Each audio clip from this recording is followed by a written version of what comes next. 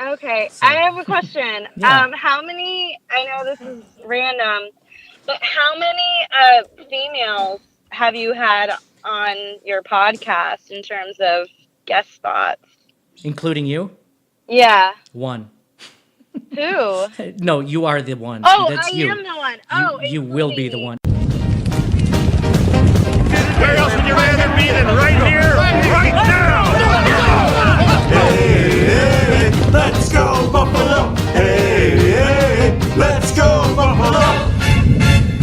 The Bills make me wanna. Welcome to the Circling the Wagons podcast, a podcast discussing the Bills all year round with interviews, news, recaps, and insightful fan discussion. Most times. Here's your host and lifelong Bills fan, Nate. Bills fans, Bills Mafia, and Peterman postulators. Welcome to the Circling the Wagons podcast, the only podcast that recaps the 2018 roster cuts and trades, previews the 2018 season and Week 1 versus Baltimore, and has a special guest interview, and also uses big words like postulator. It means believer, by the way. Thank you, thesaurus.com. And thank you all for listening. You made it. You waited 9 months for the start of this season, and ever since the loss to Jacksonville in the playoffs, the first playoff since 2000, you got through the Super Bowl, you watched the Patriots lose, you got through free agency, the draft, minicamp and OTAs, training camp, the preseason, and you're finally here. This is where it all matters. Welcome to the 2018 Buffalo Bills season. I'm your host, Nate, and we are going to start our 2018 season preview podcast with a lady you may recognize in the Bills Twitter community. She is a contributor for BuffaloRumblings.com, one of our favorite sites for up-to-date Bills news. She is a great Twitter follow. You can find her at Stephie Tweets. She lives in Boston in the heart of Patriot country while still repping the Bills. I'm joined by Stephie. Stephie, it's great to have you on the podcast. How are you? I'm good. Yourself? I am doing well. Thanks for coming on. No problem. One of the things that, I noticed about you is that you are a Bills fan in Patriots country. I mean, were you born there or did you move there? How did it end up to be that way? So I actually have my father and his family to thank. My dad grew up in Tonawanda, New York, which is right outside Buffalo. And his whole family, we were all reared up Bills fans. But yeah, I've moved around a lot. But for the most part, obviously, I've maintained my Bills fandom since birth. So yeah, that's how I came to be a Bills fan living in Boston, is because when I moved here, I just maintained that fandom status. Yeah. Well, how were you able to find other Bills fans in that area? Yes, so I'm actually involved with Bills Backers Boston. There's a chapter here in Boston, and I go to the Harp, which is a local bar, and there's all these Bills fans. So yeah, there is a Bills presence. Oh, Bills cool. Mafia presence. Bills Yeah. Mafia preference and Yep. presence in Boston. That's cool. Now, how did you get involved in Buffalo Rumblings? So I had been I started a few years ago working for a couple of publications, and they actually discovered me on Twitter, and they reached out and asked if I wanted to become a contributor and take on a role there. So I took the offer, and I started back in July, and I just actually had my debut piece issued today. It's just a quick little article on fantasy football team names that are Bills related, so people should definitely check it out. Oh, cool. Cool. I saw you just had your draft in fantasy. How'd that go? I got a grade A, so I think it's going to be a good season, hopefully. Fingers crossed. Nice. Now, going into the actual Buffalo Bills roster, they just had their cuts on Saturday to 53 players. Did any of the cuts surprise you, or did any of the players that were actually kept surprise you either? I would say the player that surprised me was Brandon Riley. I thought he had a good preseason in camp overall, and I guess he was a fan favorite, and maybe there were. I'm just trying to speculate. Maybe there were some issues with the fact that I think he had a broken rib. He was dealing with, and maybe there were other issues, and I guess he just wasn't part of the quote unquote McBean's plan. So they let him go. But I did hear that he was spotted in Foxborough. So hopefully the Patriots, who are notorious for picking up Bills players, um, we'll have to see what happens there. But yeah, that was the most notable. Now let's move on to the fact that Peterman was named the Mhm. Week 1 starter, and I know you've kind of tweeted out a little rant that you had. Were you surprised that Peterman was named the Week 1 starter? No, I said it on a few other podcasts, so I have that on record. In saying that I knew, I came to the conclusion that Peterman was going to start. That's not to say I am a firm believer that Josh Allen is our franchise quarterback, but he just needs some time to develop. And what with the O-line issues that are going on right now, it just isn't a feasible choice to have him start week 1. So in terms of Peterman, I know there were concerns because, this is getting a lot of national attention, and he's under a microscope right now with the whole 5 interception game against the Chargers last year. I think people need to move on from that and kind of just see this as a clean slate and a fresh start for him, because he did have a good performance, a solid performance during camp and the preseason. So I think ultimately fans need to give him a chance, and we'll see what happens. Do you think, and I've seen a lot of criticism as well from national networks, from ESPN, CBS, and I think they're really fixated on the 5 interceptions. Do you think that's fair, or do you think that, given what you've seen in the preseason, that he's moved on from that? I mean, I think he handled that whole situation with a lot of grace and dignity, because that was just, a terrible situation to go through and very eye-opening at that time. Um, yeah, I think the national media needs to move on from that, but because he had a good game during a blizzard against the Colts. And I think people are sweeping that under the rug. They're not even considering that. So that's just my 2 cents. Is I think, again, we need to look at this. This is a new season, any given Sunday. And we got to, as a fan, we need to back our number one quarterback, because this is, as McDermott says, trust the process, and we need to just trust the process overall. I mean, ideally, would you like to see him start the entire season, or, I mean, I guess, how long do you think this thing will last? I don't. I guess we'll have to see how he progresses, but I think ultimately, Josh Allen, I would say, is gonna. This is just my speculation. Probably going into the 6th week or 7th week, starting. Mm-hmm.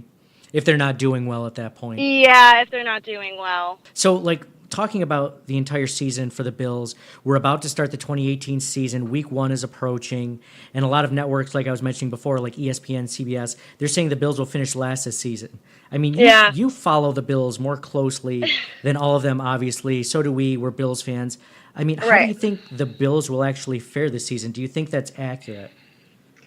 My prediction is actually, before I said 9-7, but now I want to make it 8-8 for their overall record. I honestly, you look at some other teams, and I truly don't understand why the national media is ranking them so low.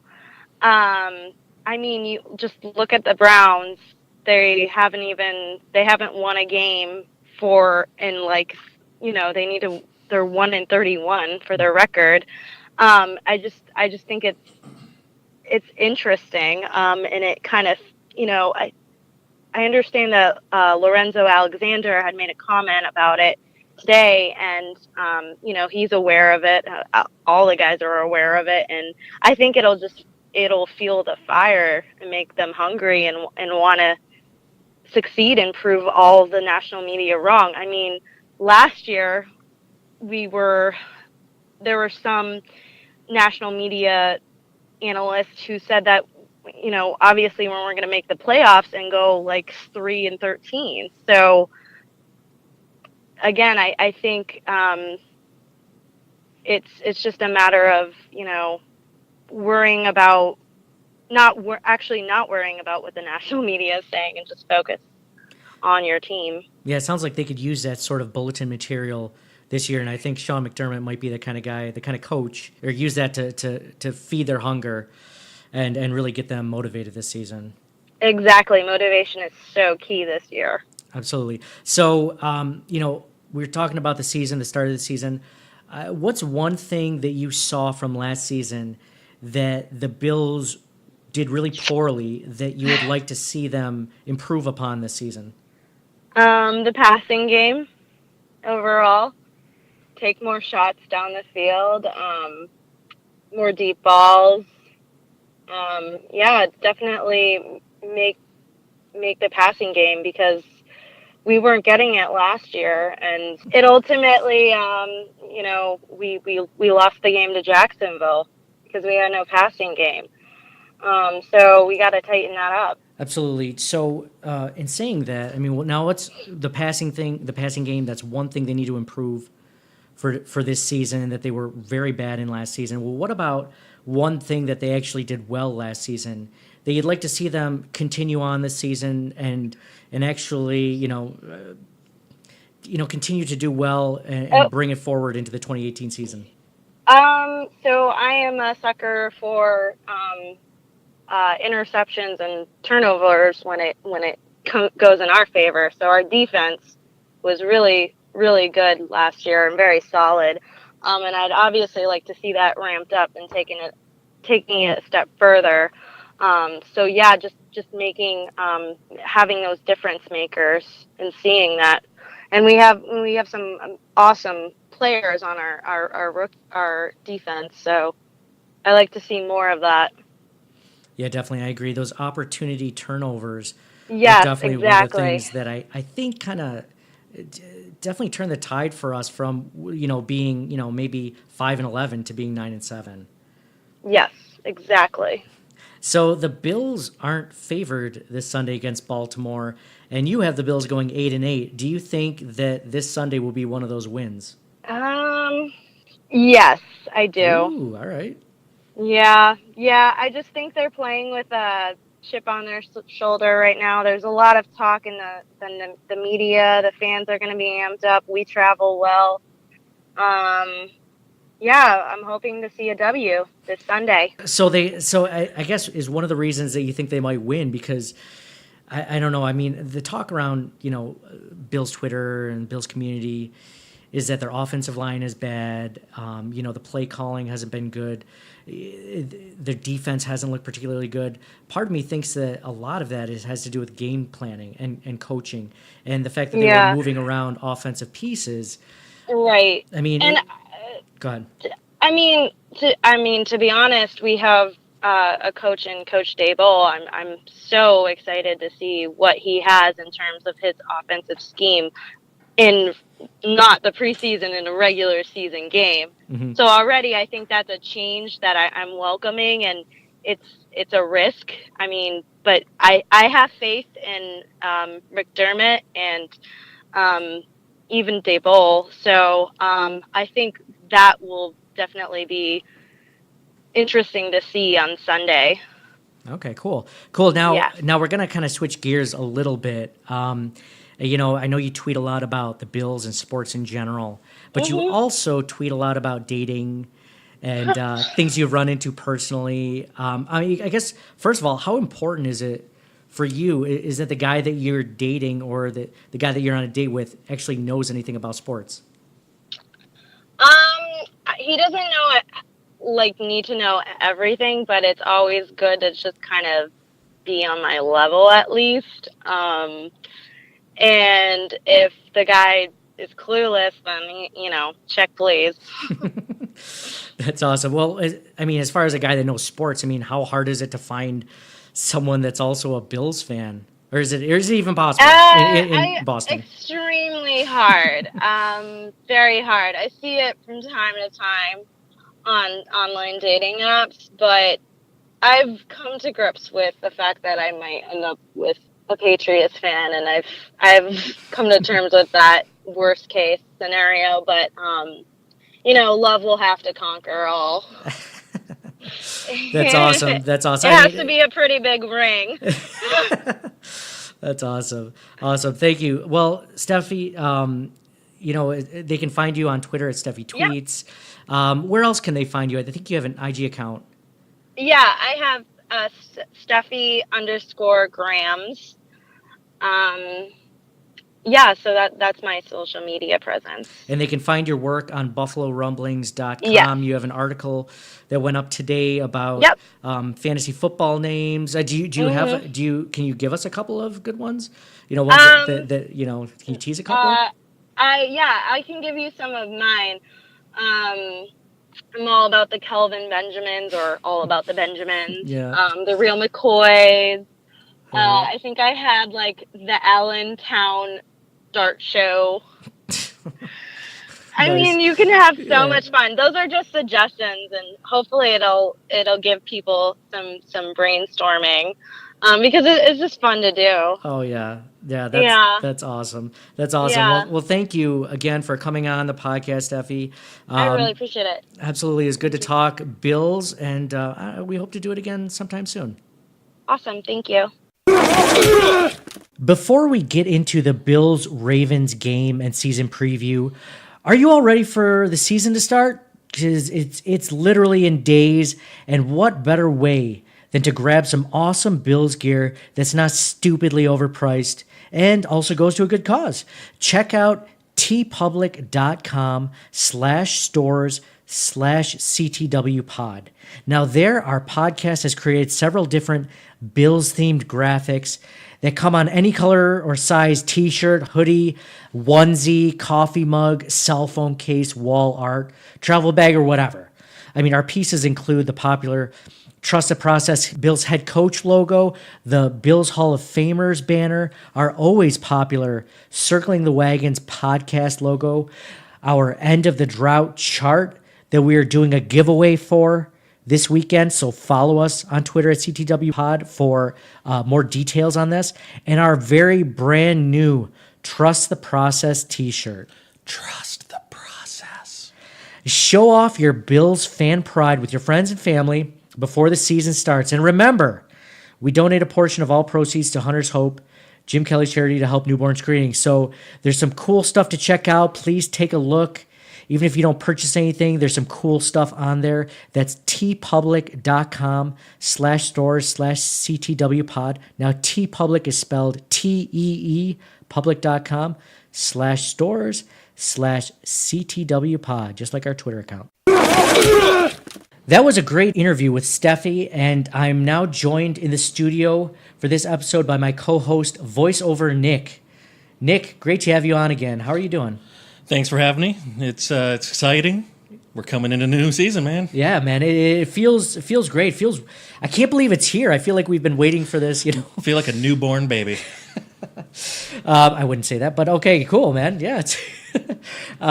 So there's a lot to talk about. We have Bills roster cuts just over the weekend. The Bills cut the roster to 53 people. We have a trade to discuss. We have Peterman being named the starting quarterback to talk about. We have a preview of the Bills game this Sunday against Baltimore. We have preview of the Bills season, just an overview of how we think the Bills are going to do, places where they, are a little weak, places that they're strong in, our outlooks on the season, and so on and so forth. So first, let's start. We have a lot to talk about. Let's start with the preseason cuts.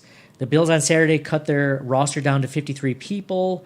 There were a couple of surprising cuts. I think the one that people mostly talked about was Corey Coleman. And I know you watched Corey Coleman on Hard Knocks. I mean, was that a surprising cut to you, or did you see that one coming? Well, it's interesting because I think I texted you when the trade was made, and I was watching Hard Knocks, and it was just very clear that he wasn't catching anything in that show. But that could be editing. I mean, that's a reality show, so you don't know how they put that together. So you're hopeful that they're coming into something a little bit new. But I guess when you and I talked about it on the last podcast that you had me on, I think we described it as a good deal. Yeah. And I guess my question to you is it still a good deal now that we've cut him? Yeah, it was one of those like it was low risk, high reward, possibly. I mean, he's $3.5 million against dead money. So that does suck. I think for his potential, it was worth it. But I mean, he didn't show anything in the preseason. Mind you, a lot of those passes weren't catchable, and I think it's just one of those things that we don't know what goes on in the locker room. From what I heard, it sounded like he didn't necessarily get on board. Yep. You can't really speak to the rumblings, if you will, of what's going on within the camp, and if he's learning the scheme, if he's catching up with the offense.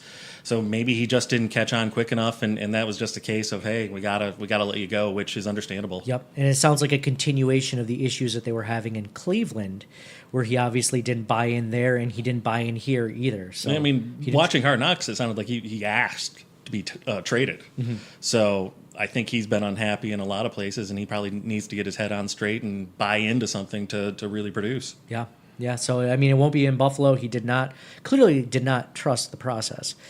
So there were other cuts that I personally thought were kind of surprising. People that I thought. Can we just could you do a sound drop every time you do trust the process? It'd be trust the process. I'll look for that. Yeah. No, or you just do it every time I say it. Then you're the voiceover guy, so you can just do that. Okay. So let's trust the process. Trust the process. Ooh, I like it. Ooh, goosebumps. Another big surprising roster cut to me was Rod Streeter. Now, I mean, we had seen a lot from him last preseason. Unfortunately, he had a big injury, he had a major injury last season before the season started. He was cut, he was brought back on. I thought he had a pretty decent preseason. He's a vet. They needed a vet. He was a speed threat. They needed that, and they ended up cutting him, which was kind of surprising to me. I was a little bit hoping that they would keep him, but again, I think they made way for guys like maybe a younger guy on the roster like Ray McLeod that can do a little punt returning too. Robert Foster, another rookie, an undrafted rookie. So we're going to talk about undrafted guys making the roster a little bit later, but Rod Streeter, another Brandon Riley got cut too. I thought it was kind of surprising, and you and I talked about this before the podcast. Nick O'Leary. Yeah, that was really surprising, and I feel like they talked about it during the preseason game that it seemed like O'Leary was kind of falling down the depth chart. Yeah. So it was interesting to see. So hopefully it's for good reason because he definitely has some chops and hopefully it's not for naught for him getting cut. Yeah. I mean, they added 2 completely new tight ends from the roster from last year this year. So last year they also had Charles Clay and Logan Thomas on the roster, but now they have Jason Kroom and Kari Lee. And Kroom looked good. They can't say he didn't look good. Exactly. How do you compare against Nick O'Leary? I mean, it's really tough. I mean, they're obviously seeing every snap in the training camp, and they're seeing everything. So we kind of have to trust the process. Hey, I didn't say it. You can't just pull your own sound bites. What do you think you are, the host of this show? I beg to differ. No, it was good. It's still good. So were there any other surprising cuts that you thought of that I didn't bring up? I would say Cadet. Traverse Cadet, yep. I felt like he's done a lot of good things, and I'm a little bit surprised that he was on the way out. But I mean, again, we don't know the full story, so I guess we'll have to see. So the running backs that they did keep, LaShawn McCoy, Chris Ivory, Marcus Murphy, which all three of those guys I can definitely see. Now, where and Patrick DeMarco, I guess, is considered a running back / fullback. And then Tywan Jones. So it must have been between Tywan Jones and Traverse Cadet. And Traverse Cadet looked good that last preseason game, the fourth preseason game. I thought so. And that's why that's the surprise for me is but, we'll have to see. I think he'll be on a short list if somebody gets injured from those four guys ahead of him, that he will come back. I don't think it was a matter that they didn't like him. I think it was probably just he and Tywan Jones were probably just too close. And Tywan Jones is probably just more of a special teams guy. Yeah, probably. For some reason, this regime really values. I understand why they value special teams, but sometimes I think they value them a little too much, but that's probably why. Any surprising roster guys that made the roster that surprised you at all? Of the people that did. I can't say anyone in particular that I can think of myself. How about you? So one that was surprising to me was Dion Lacey. Now, a lot of people probably didn't know who that was before the season. Honestly, I don't know where he came from, and I didn't really care to find out because I didn't think he was going to make the roster because he played in that last preseason game, and he was bad. He was bad all preseason. He played with the second and third teamers. He was number 44, if you guys didn't know where he was, and he was constantly he was always terrible in pass coverage. The guys were always catching the ball. He was never catching up to them. He wasn't good in run support, and that goes for the entire linebacking core. So it's not just Dion Lacey, but I mean, I don't know if he's an undrafted guy or whatever, but like when a guy makes a roster and he's one of your linebackers, it's got to be for special teams again. But also, I mean, it just kind of goes to show you like how thin this linebacking core is when a guy like that makes a roster. It's interesting that you mentioned that too, because I think that's one of the things in the national media that I've heard a lot about is one of the big downfalls of this Bills team is how thin it is. Yeah. So it's very possible that they said, we need another linebacker. Yes. And I want to talk about the depth later on when we talk about the season preview, because that's something that luckily they didn't have to deal with a lot last season as far as injuries go, but we'll talk about that. A friend of the podcast, defensive end Mike Love, the undrafted rookie, got cut from the 53-man roster but was ultimately signed to the 8-man practice squad. So congrats to him. If you are new to our podcast, I highly recommend you check out both interviews we had with him. We talked about his upbringing, and it's just really a great story, what he's overcome, along with a sneak peek behind the locker room doors in training camp and One Bills Drive, the coaching staff, Coach McDermott, Leslie Frazier. And I don't know, we hope to see him again in a Bills uniform during the regular season at some point, and I'm sure we'll have him on again. So congrats to him. Another huge piece of news this last weekend was the same day of cuts, AJ McCarron traded to the Oakland Raiders for a 2019 fifth-round pick. And, AJ McCarron had that really good comeback in the fourth preseason game. The Raiders, John Gruden, even going into that game, was saying that he didn't think that they had –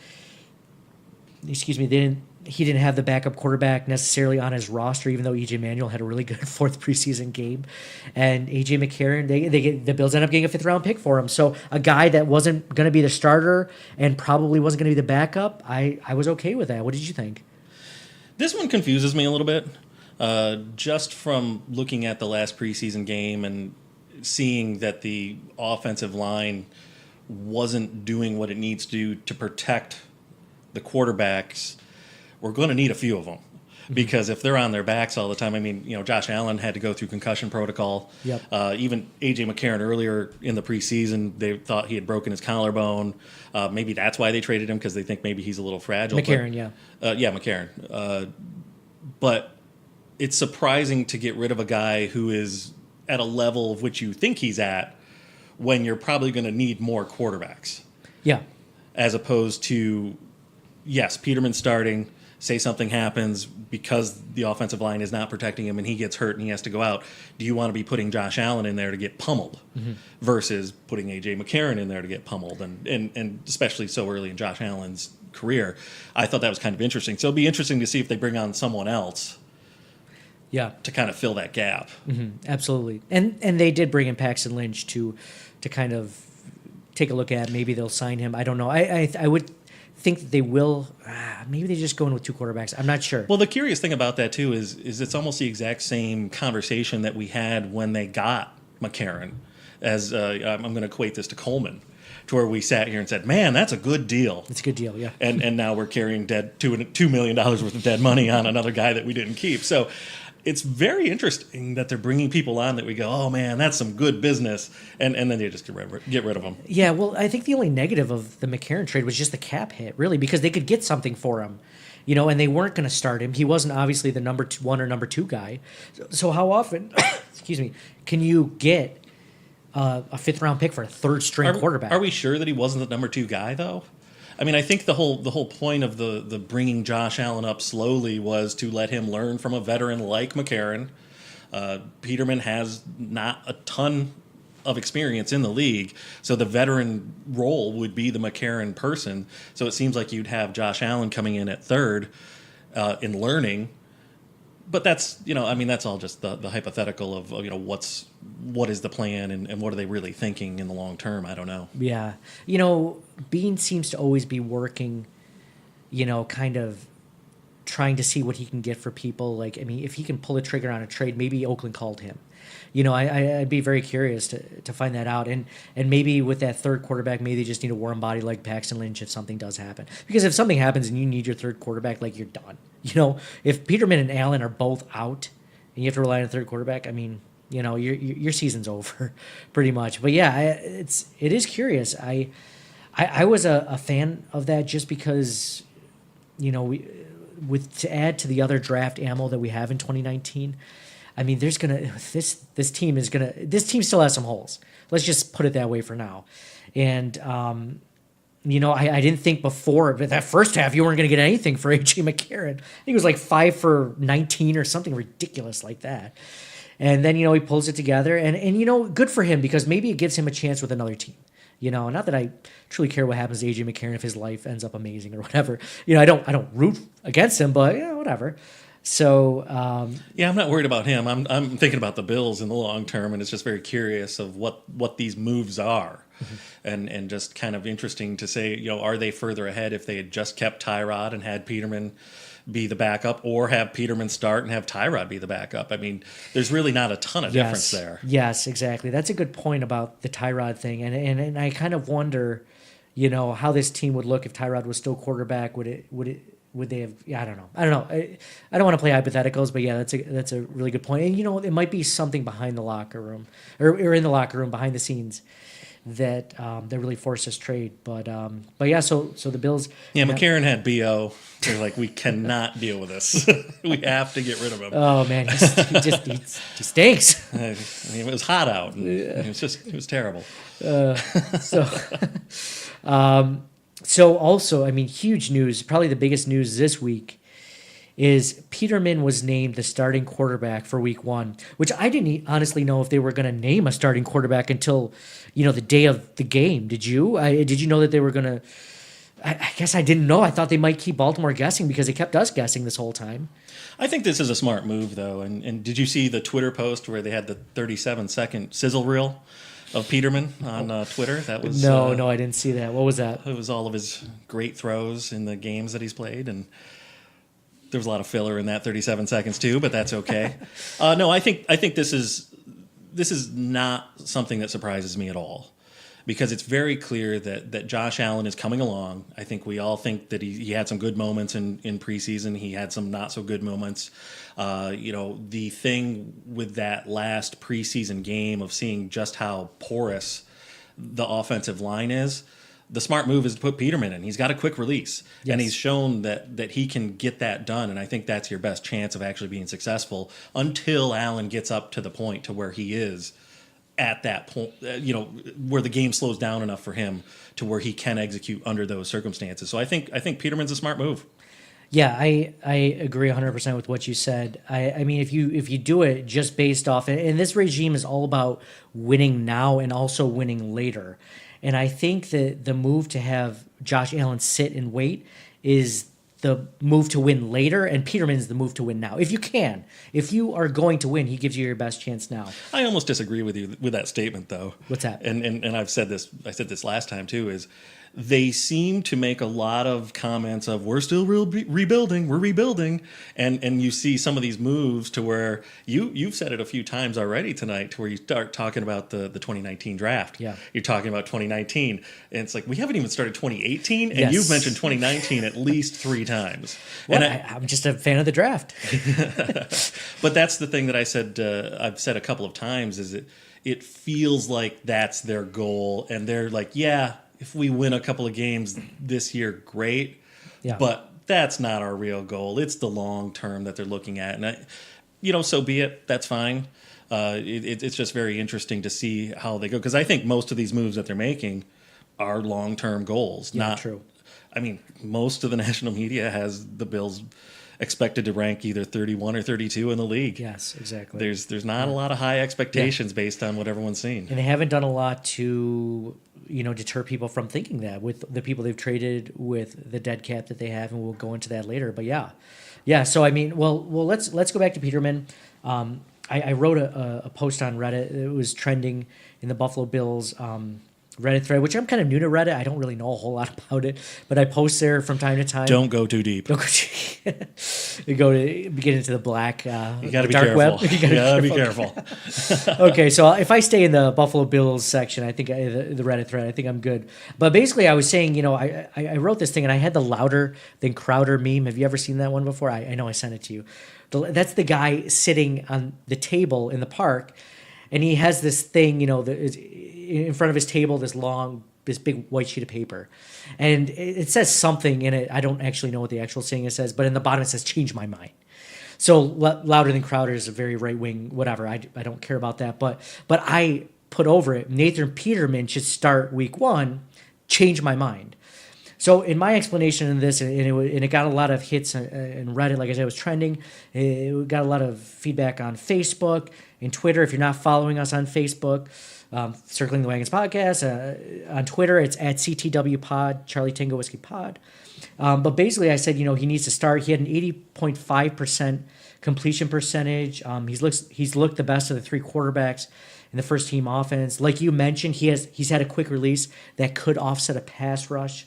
It allows Allen to sit and acclimate to the NFL speed of the game and the complexity of its plays. And you and I talked last podcast that we were together that, Allen is a raw quarterback. And he didn't come out of a huge program, a national championship, winning sort of team with a complex playbook. I mean, he came from a very small division. He wasn't, even a Carson Wentz of his division at that time. So this guy has a lot of tools. But I don't think he's ready for the speed of the game. And, he was close to getting a concussion in one half of actual football. And with the offensive line playing the way it is, I just didn't think it was. It's not smart. It's not prudent. It's not prudent.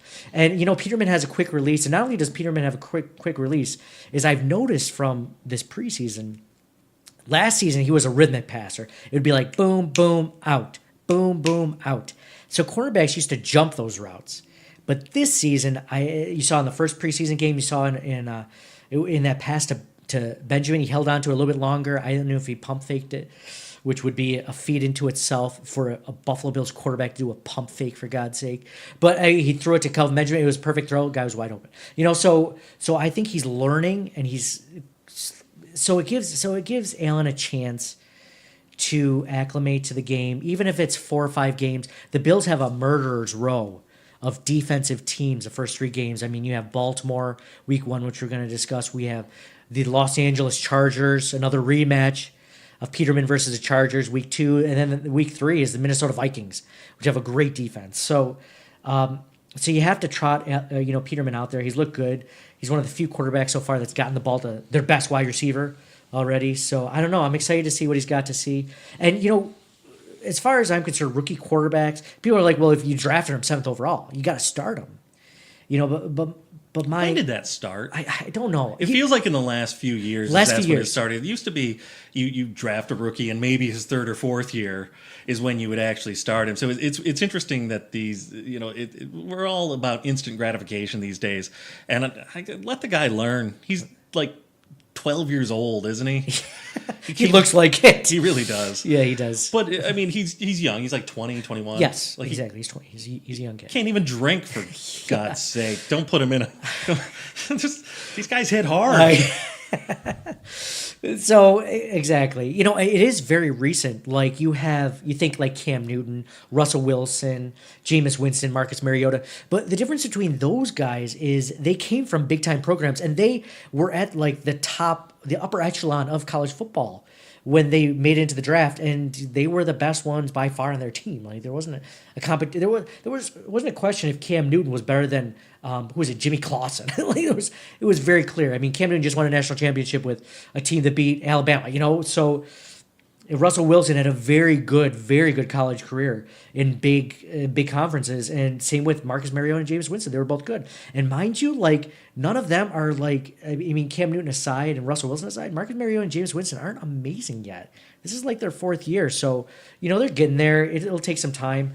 So I personally was all for it, but there does seem to be a very strong constituent of Bills fans that really can't look past that 5 INT game. And He's record-setting. He's record-setting 5 interceptions in one half. And, you know, I'm not going to deny this, and I don't necessarily think he's the answer at all. I think Josh Allen has all the tools and, you know, the raw tools to become a franchise quarterback. But, I mean, I feel like at some point you just got to let that go, you know?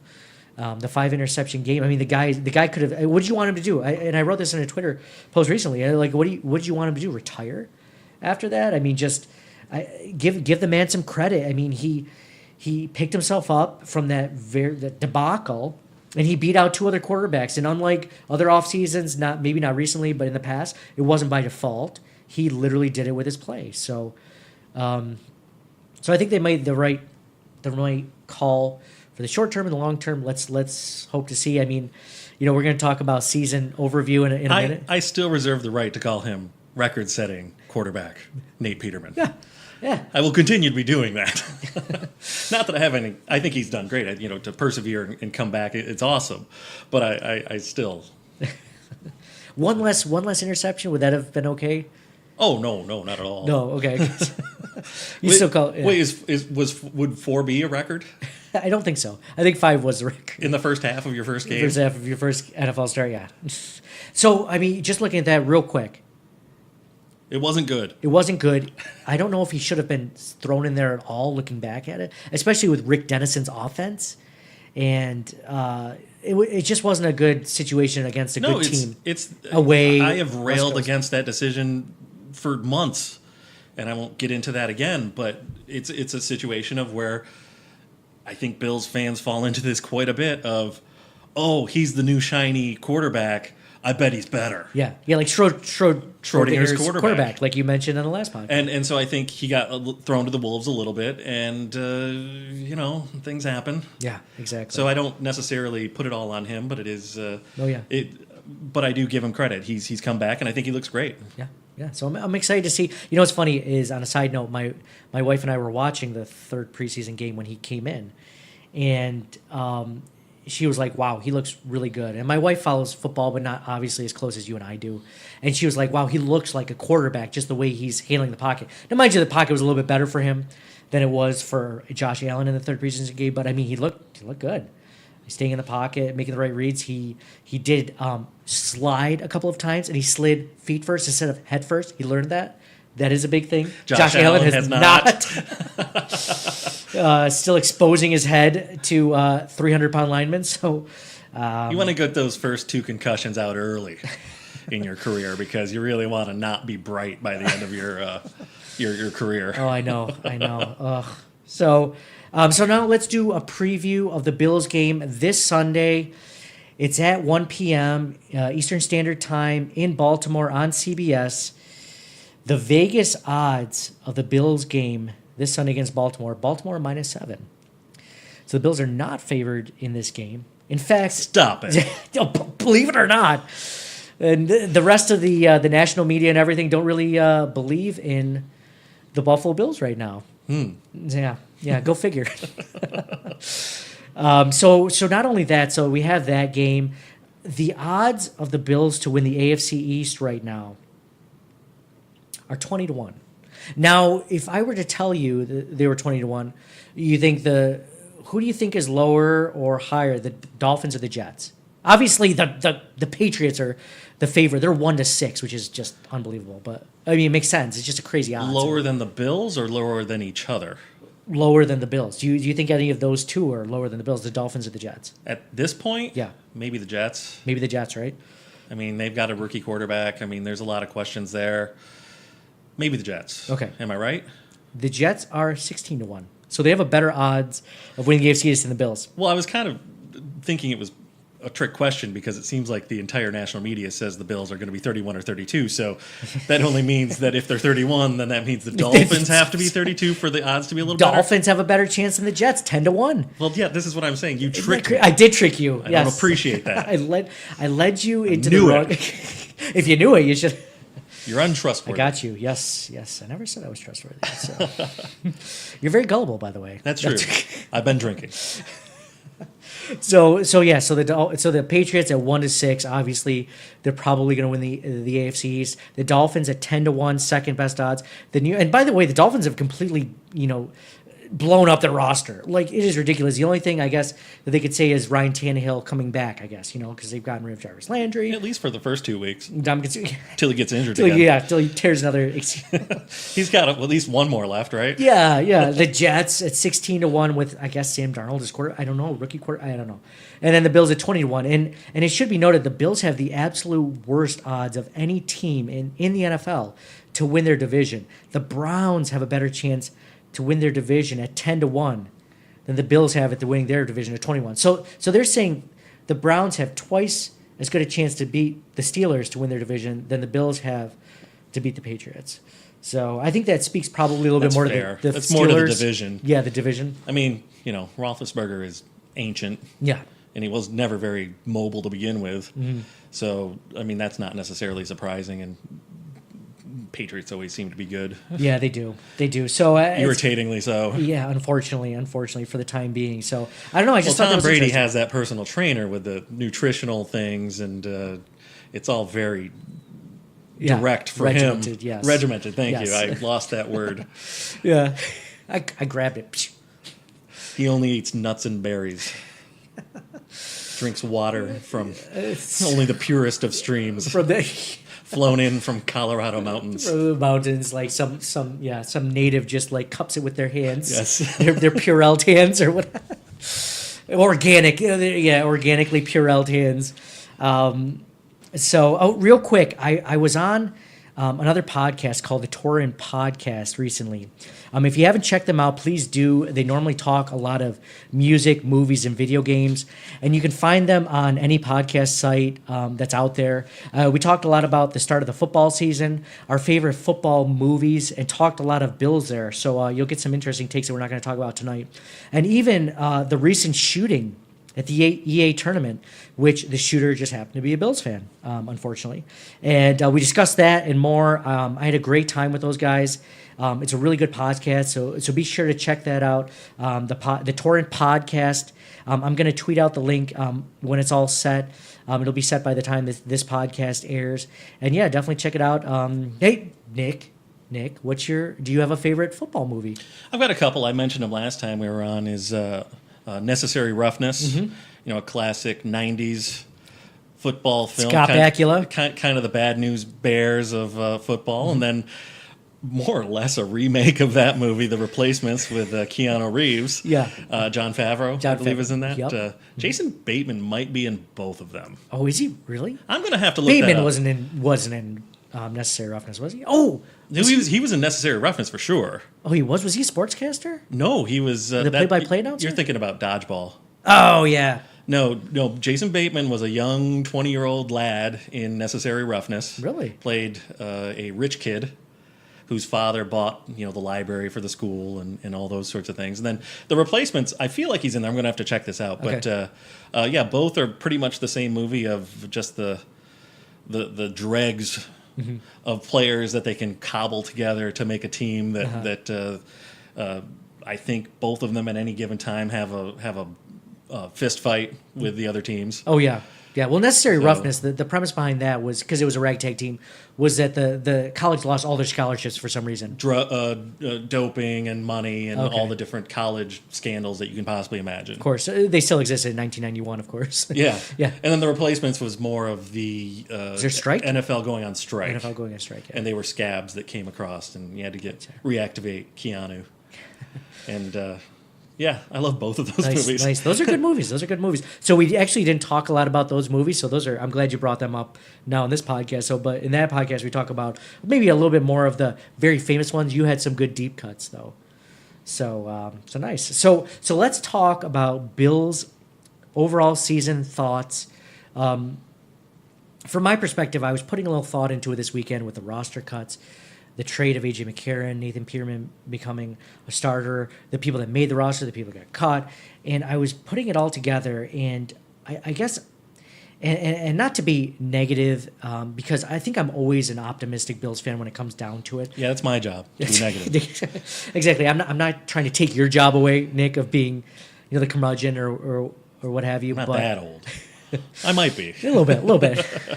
But I kind of feel like all of our fears from the beginning of the season have kind of come to fruition. So things that had happened, with the sudden retirements of Eric Wood and Richie Incognito and the trade of Cordy Glenn, the poor O-line. I mean, the O-line so far with the additions they've made in the draft and free agency, they don't seem to be better. No. That's an understatement, I think. It looks pretty rough, to be honest. There's been a lack of weapons on this team since last season. They haven't really addressed that, and they're kind of paying for it. So I kind of mentioned that with the people that made the roster, like Robert Foster, undrafted free agent, guys like that. It just speaks to the lack of talent they have at that position. If you're relying on undrafted guys to make your roster, it's different if you're like fourth, fifth round guys. That's one thing. But like if you're relying, just like I said, Deion Lacey, maybe he's a special team guy, whatever.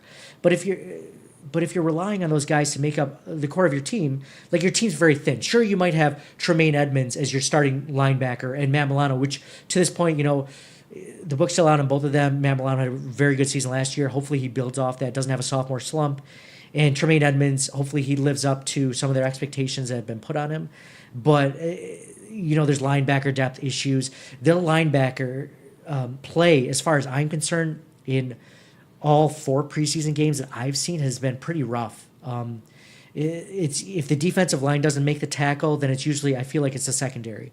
They usually get to that second level almost regularly, and that's not good. I mean, when, was it Sierra Neal had like 10 tackles. It's like, why is your starting safety having 10 tackles? Like, what does that say about your linebacking core? And so even when Tremaine Edmonds and Matt Milano were in there, I didn't think that they looked stout, even to the point where they were last year. And I wasn't even a big fan of London Fletcher, Preston Brown. But it just there was a lack of linebacker depth going into the season, and it's still there. And if you think about it, they haven't really addressed any of those 3 positions: offensive line, wide receivers, and linebackers. I mean, they drafted, Tremaine Edmonds, but Julian Stanford made the team, and like I said, Deion Lacey. They're not talented guys. Wide receivers, offensive linemen, they just put like no money. It seemed like this offseason was secondary, defensive line, and a couple of other positions, but just definitely just lacking those things. So and are we really surprised, because the dead cap for this season is $53 million. So there's players that make up that cap. I know, Nick, you have them written down, but I mean, of $188 million, they have $53 million in dead cap. That's well, just look at some of the top ones here. You got Darius, $13 million. Eric Wood is $10 million. Cordy Glenn is $3 million. Tyrod is $7 million. Coleman's another $3 million. McCarron's $2 million. Incognito $1 million, and then you get kind of into the smaller guys. But no, it's kind of crazy how much dead money that we're carrying. Yeah. So it's it's more than any other team in the NFL. Yeah, the second most is Dallas, which I think they're high 20s. High 20s. And we're in the 50s. And we're in the 50s, so it's almost half. So it's over 30% of our cap right now is dedicated to players that aren't on the roster. Yeah. So you have 70% of the money to pay for a team in which a lot of people have, 90% of the money. So, which again goes back to what I was saying before, is I think they're looking long-term, not short-term. They have to be. I think they're leaning hard into this, we're rebuilding, and really hoping that with a ton of cash next year that they'll be able to do some things and have a quarterback in Josh Allen who's experienced enough, who can take the reins of being that franchise guy that we hope he is, and go from there. And that's why it's a little bit tough coming into the 2018 season talking about 2019. You're like, do we need to watch these games? Well, I think we kind of have to look at this this season kind of with the same view that we had last season. Last season, they lost a lot of talent. They traded away a lot of talent. And this is still a completely new team from last season. That's the crazy part. It is. We thought that a lot of that was done, but it wasn't. They're continuing, to rebuild it. So, and we looked at last season. We had very low expectations, and they far exceeded them. And I think we kind of have to have the same look at this season too. And so let me give you some quick stats from last year on offense.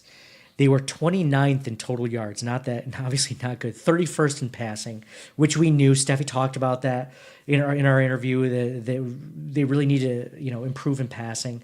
They were 6th in rushing yards, and 22nd in points for. So besides rushing yardage, they were really below average in just about everything. Do you think we're going to be better in rushing yardage this year with a terrible O-line? It's a good question. I don't know. It seems hard. Doesn't seem likely. It doesn't seem likely. No. And if you look at just for example, fantasy, because we will play fantasy. A lot of people play fantasy. LeSean McCoy is not nearly drafted as high as he was this year. And that's because people don't think his production is going to be as well. It's like stock, right?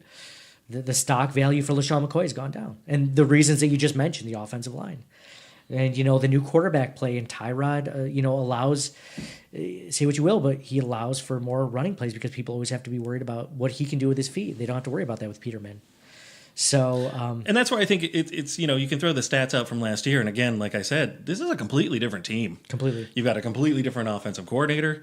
Defensive wise, I think maybe you get a little bit of stability, but not a ton. No. So it's hard to compare last year to this year. This year, it's just we got to hope for the best. And for me, I'm hoping that Dable, yeah. You're sure? Yeah, pretty sure. All right.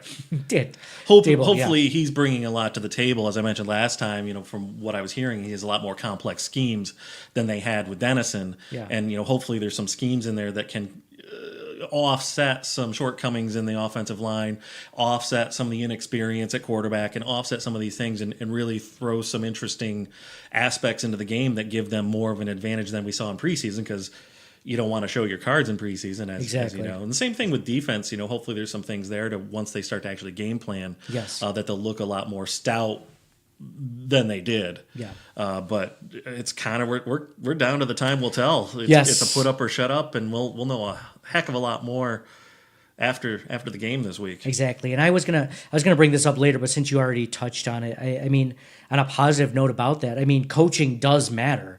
We saw it in a negative viewpoint from when Rex Ryan took over Jim Schwartz's defense.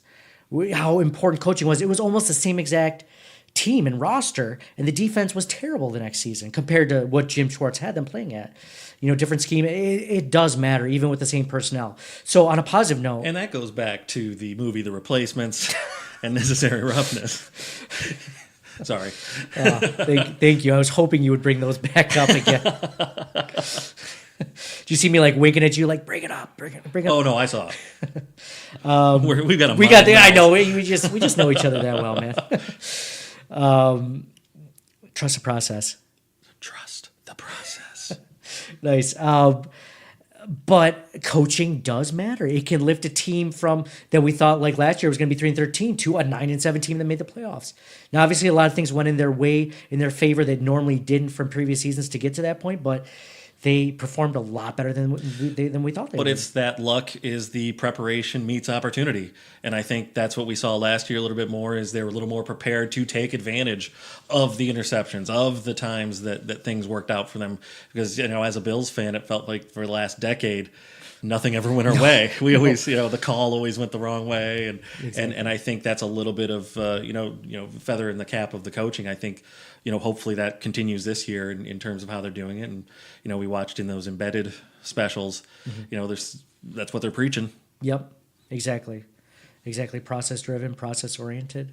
Trust the process. Trust the process. All right, so let's get down to defense. Last year, they were 26th in total yards, 20th in passing yards, which we thought the secondary was pretty good, below average still.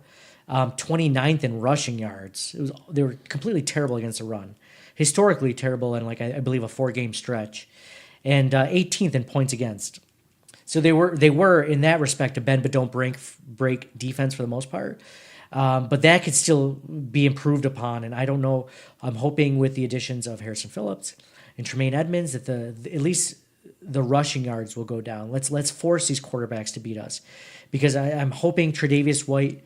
He's one of my favorite players of all on this team. I think he's a great player. He's had one of the best Pro Football Focus scores of almost all cornerbacks. He was great last year. I just hope he doesn't have a sophomore slump. I'm always worried about these guys because we saw that with Ronald Darby a couple seasons ago. It's common. Again with Matt Milano, he stepped up in a big way. I hope he doesn't have a step back. Don't forget Micah Hyde. Well, he wasn't. It wasn't a second-year player. He was a free agent. No, I just mean in terms of the defense. Oh yeah, as a whole. in general, yeah. I think there's a lot of aspects there are positive, and hopefully the newer guys can grow, and Edmonds specifically catches up with the game. I think that's going to be a big factor. So. It's going to be very interesting to see how they adapt and how they grow. And I'll give you a hot take right now. Ooh, all right. Let's fresh off the fire. Okay, let's hear it. If the defense can make it so the other team doesn't score more points, I'm listening. They're going to win a lot more. Whoa! You heard it here, folks. If the defense, wait, can you repeat that again, just so everyone has it? If the defense doesn't allow the other team to score more points, they're going to have at least 70% more wins. Ooh, whoa! All right. Can't argue with the numbers. I see. You're also our statistician for the podcast too. I didn't mention that. Our analytics department, our statistician. 60% of the time, it works every time. Every time. So we're hoping a lot. We'll see. Again, with coaching the way it was very vanilla in the preseason. So we're hoping things. But speaking of last season. So I gave you the stats for it. What's one thing that you think the Bills did poorly in last season that you really want them to improve upon this season?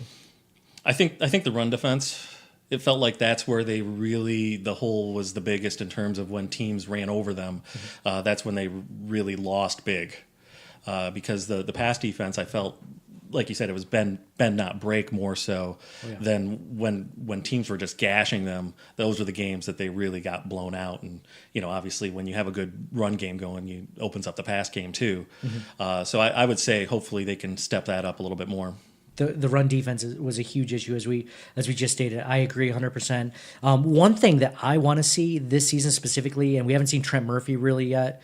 I want to see the pass rush get better. I think the quarterbacks had a lot of time back there in the pocket, even this preseason. So they just sat back there. I mean, Andy Dalton had all day in that game just to pick apart the Bills' defense. Hey, don't pick on Andy Dalton. He's a Buffalo favorite. You know what? He's dead to me. No. No, I still love you, Andy. No, yeah, they in every game the guy had a ton of time to play. Even his backup, I forget who his backup is, but the guy was just sitting back there. Wasn't it AJ McCarron? No, in that preseason game. Well, yeah, last year it was definitely AJ McCarron. AJ McCarron did not have a lot of time this preseason to throw. So pass rush is something they were tied for 29th in sacks last season, which is awful. It's terrible. So I'm hoping Leslie Frazier can coach him up. They get, they have I'm hoping Shaq Lawson takes a big step forward. The addition of Trent Murphy helps. Eddie Yarborough, I think, is solid depth. And maybe the addition of Star Tallulah, because they had that huge hole in the middle of their defense last season when they traded Marcel Darius. Maybe he can help plug that hole and also take up a couple more defenders so that a defensive end, a pass rusher, can get around the edge. And you also have to look at the progression of Edmonds. Yes. If he's reading things correctly, he's going to be able to step up there and make some plays too. So this is, I think you're right. If you let a quarterback have 5 minutes to throw, chances are he's going to make that throw. Yeah, exactly. As opposed to like 1.5 seconds in that preseason game, which was a long time for. So no, I agree with you there. Mm-hmm. One thing I also want them to improve upon is yards after catch. Because I feel like the last few years, it's just been a pass tackle.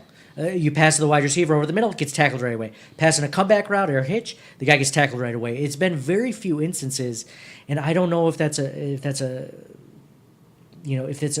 because of Tyrod not being able to look over the middle and find the open guy, or he's very short, or he was very short, and or Rick Dennison's offense or whatever. It's just the really lack of creativity offensively. I want to see a guy catch a ball and run for like 5 or 10 yards. That is one thing in the preseason that seemed like they did a lot more of. A little bit, right? Yeah. So I think that's something that is definitely doable, especially if Benjamin can stay healthy and continue to be as tall as he is. I hope for all of our sakes he continues to be tall. Jeez, it'd be a terrible. Those two things. I feel like there's a good chance. But no, I think in the preseason that was something that we noticed. I think you and I both talked about it, is hitting guys more in stride. Absolutely. I can't remember who specifically was better at that, if it was Peterman, McCarron, or Allen. I mean, I think they all had some good moments, and then combine that with some actual complex offensive coordinating. Maybe that improves even more. So I'm dare I say, optimistic. Whoa. You went from being completely pessimistic to optimistic. Wow, I like it. I'm a complicated guy. 31st in the NFL to, okay, all right. Well, let's see what they 31st got. to at least 28th. 28th, wow. Huge Mark uptake. my words. Another hot take. So we talked about things that we want to see them improve upon from last season that they didn't do so well last season, and we want them to do better this season. What's one thing that they did well last season that you'd like to? They didn't throw interceptions. They didn't throw interceptions. So you'd like to see them continue to not throw interceptions. I would. Yes. It's curious that they got rid of the guy who didn't throw the interceptions. So we'll have to see if the guy who did throw interceptions can continue take the mantle. When I was making the point last season in a podcast for Peterman Starting, I did note that he didn't turn the ball over a lot at Pitt. Now, of course, that came back to bite me right in the ass. As soon as he gets the start, he throws 5 interceptions in 1 half. But so you were right. So I was. You were proven right. No, I was saying that I didn't think he would throw interceptions. Oh, then you were wrong. Yeah, that I was. Oh, I was not right. So I'm hoping that even a few more interceptions, as long as it leads to more passing yardage and passing touchdowns, which we didn't say that before, but I mean, passing yardage and passing touchdowns have got to go up. They just have to. You can't be 31st in passing again and expect to make a deep run in the playoffs. You just can't. We're looking at the situation. We're coming into the age of the gunslinger in terms of a Bills quarterback.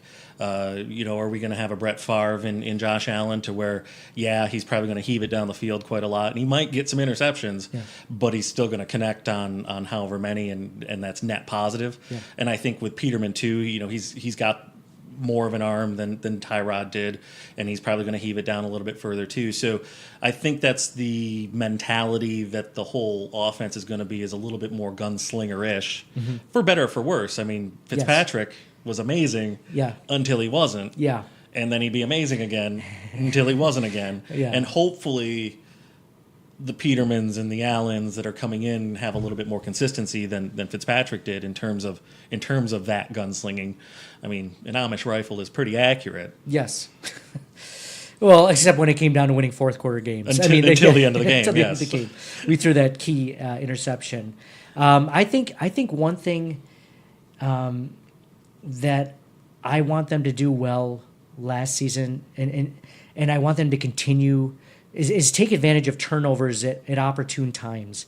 in the secondary. I mean, they did that so many times where they would end a game on a turnover, or they'd get a pick six, or whatever. The defense won more games than the offense last year. That's just, well, I can't say that's a fact, but it feels like that's true. Absolutely. I mean, the games that they didn't win for the most part were games that they just couldn't keep up with the offense. Yes. So, I mean, the defense let them down. The offense was not built last year to be high scoring. Score what you would call points. Yes, quote unquote. Quote unquote. If you want to get technical, with all this football jargon we're throwing around today. So I'd like to see a lot more of that. I'm hoping they can continue to do that. Like with what you said, with process, with, opportunity and practice breeds, or whatever you said earlier, that thing that you said. So continue doing that. I didn't talk about breeding earlier. Something about process plus this equals that, and if then this. Preparation plus opportunity equals luck, or whatever it is. Yes, and some of those were a little bit of luck, but I mean, again, preparation and whatever else you just said. So, one thing I posted this on Reddit, and one guy brought it up. Soda Popinski said that last year we were really good at winning close games. They have to keep doing that, which I agree 100% because of the way this team is built. I don't know if this year it's built to score 40 points. So the defense has to keep them in those games, and the offense just has to hold on to the lead and run the ball well. And one thing I'd like to see them do that I didn't mention earlier is I'd like to see them sustain longer drives. Let's keep the defense off the field. I think that comes down to the winning of close games. I think that comes down to composure, and I think that's going to be another test of Peterman having a little more experience. It's going to be, we'll see if Allen gets in there.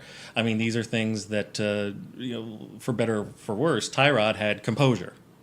Like, he was very rarely rattled in those scenarios, and they resulted in, it's close, we can probably pull this out, and they did. So I think that'll be a test of Peterman's confidence and stamina, and we'll see. We'll see how it goes. Yes, absolutely. Unless none of them are close, and then we'll never know. You'll never know. So unless there's anything else you wanted to add about things going last season compared to this season, things that you want them to continue to do well. No, just because I think, as I voiced before, this is such a completely different team. It's so hard to go last season versus this season. You might as well be comparing them to 2007 Bills versus now. I mean, it's just there's so many differences that you can't really do much. The roster turnover has been pretty crazy. You don't even have the same offensive coordinator. I mean, so there's so many things that are different that it's so hard to. It's hard to quantify. Yeah.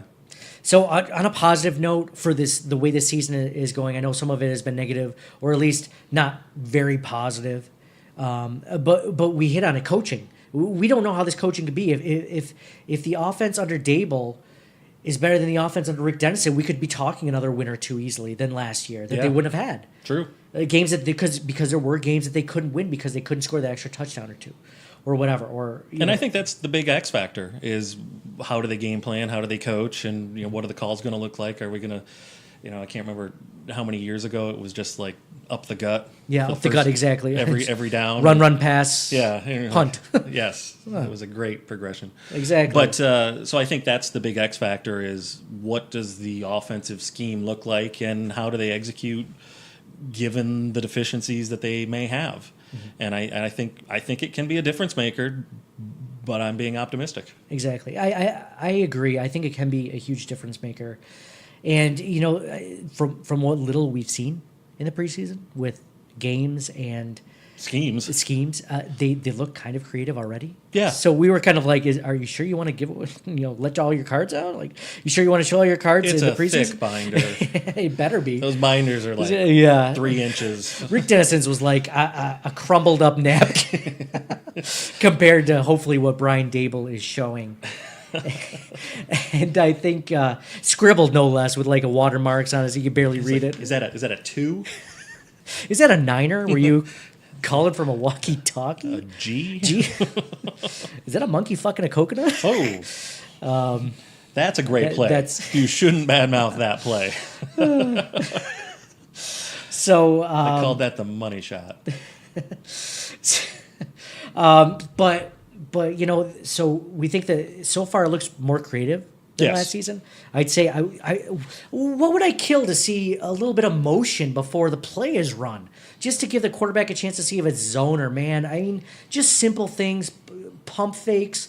I mean, calling audibles at the line. I mean, I'm not asking for much, folks. Any basic Madden player can do this. Why can't my offense be in the 21st century? And I think that I'm hoping, from what I've heard from who we've talked to on the podcast, is Brian Daboll plays to the strengths of his players as opposed to running his scheme, whatever that may be. Which is all I've ever asked for. All we want, exactly. The sky's the limit. So, I mean, and he coached under, he coached Tom Brady. So he's seen that offense work. And that offense does not require you to throw it downfield every single drive, because it's picking apart slowly, precisely, boom, boom, boom, throw over the middle, deep to Gronk, down the seam 30 yards, get your touchdown. Like, it is a very... They want to emotionally abuse you as much as physically abuse you. Exactly. Which they've done. Yes. So I want something like that. Can I get some abuse? Can we emotionally abuse some people? I just don't want to be abused. I want to abuse other people. Exactly. It's a good philosophy for life. For life in general, not just football, but so coaching, that's not a quantifiable thing. I'm hoping that this season will be another positive note. Is I want to end on this. The Bills have, with the AJ McCarron trade, the Bills have 10 draft picks in 2019. So we talked about, and not only that, besides the 10 draft picks they have in 2019, they have over $90 million in cap space, according to SpotTrack. So even though they're in a huge deficit with the dead cap we talked about. Who just got a $90 million contract? Was it Khalil Mack? Okay. He had $90 million guaranteed. So we could afford him. Exactly. For a Technically, for his entire contract for a year. So all of the issues that they had, maybe linebacker depth, offensive linemen, hopefully weapons, they can actually buy a wide receiver for once, or an offensive lineman, a good guard or a tackle or whoever. We can get Sammy Watkins back for that kind of money. Hard pass. So I wanted to end the podcast on a positive note. Nick, I know you had some other topics. Is there anything else that you wanted to discuss before we ended it? You had some interesting items? if you want me to go there, I can. I think we can. If you want to leave it on a positive note, then I probably should. Yeah, this is kind of like off the board Bills stuff. So I mean, if people want to tune out for now, they can. It's a bit of a ridiculous. I don't know if it's a rant yet. It might be. Yeah. But it was interesting. If you saw on Deadspin, there was an article talking about an article written by Politico, which is a politics site, which I do read, and they essentially linked Timothy McVeigh, the guy who blew up the building in Kansas City, Oklahoma City. Yeah. It was a while ago. Yeah. Anyway. You're old. They said that he got so depressed by the Bills' Super Bowl loss that caused him to go blow up a building. Wow. It's like, come on. They made that, and it's a real straw man sort of argument to try to link something. It's like, you could have easily said, he's really bummed out about Seinfeld ending. Yeah. So he went and blew up a building. It's like, why are we linking it to the Bills and making it sound like, domestic terrorism, we could wipe this out if we just got rid of the Bills. We just got rid of the Bills. Yeah. Hundreds of people didn't have to die if the Bills didn't lose. What did he grow up? Was he from Buffalo? I don't know. Yeah, that story. he was a Buffalo native. So his connection to the and Bills, he was in the military, and I guess he had PTSD, yep. And he had a lot of issues. Probably had depression and other things going on. And there's things with that are so much deeper than just saying, "Oh, he watched a football game where the Bills lost, so therefore that's what caused him to go off and create a tragedy." It's like, come on. I know. What world are we living in that you want to connect those two things and pretend like? It just frustrated me to no end. Don't you love that it's like 25 years after it happened, they're just like bringing it up still. It was funny. Have you ever heard the connection between, and we brought this up on the podcast before, the connection between Kim Kardashian and like her rise to fame in the Bills? No, I've never heard this. Oh, you never heard this? Oh, no. This is good. So I only rarely listen to your podcast. Well, fair enough. No, I not heard you bring this up This before. was like for one of the first episodes we ever did. Okay. Year. And Mike brought up that had O.J. Simpson not been drafted by the Bills, so they basically they drew the conclusion that if the Bills hadn't tanked the season before O.J. Simpson was drafted. He would have never been drafted to the Bills. So he never would have met Nicole Simpson. So he never would have Murdered her? Allegedly. Allegedly. Murdered her. And then, ended up being friends with, Robert Kardashian. Who defended him. Who defended him. And that's the connection between Robert and Kim Kardashian and the sex video. But they still would have been rich. They still would have been rich, but the Kardashians would not have been famous because they were drawn to fame initially because of the O.J. Simpson trial and Robert Kardashian's friendship, and that's a long walk. Yes. It's almost as long as the Deadspin. Timothy McVeigh / Oklahoma Politico. Or Politico. Deadspin called it out, so I don't want to give credit. Oh, yeah. No, Deadspin called it out and said, "What are you doing? This is insane." It's Politico, supposedly a legitimate journalistic political site that's supposed to be reasoned and measured. Come on, I know. I didn't hear that before. That's an interesting. It's interesting, right?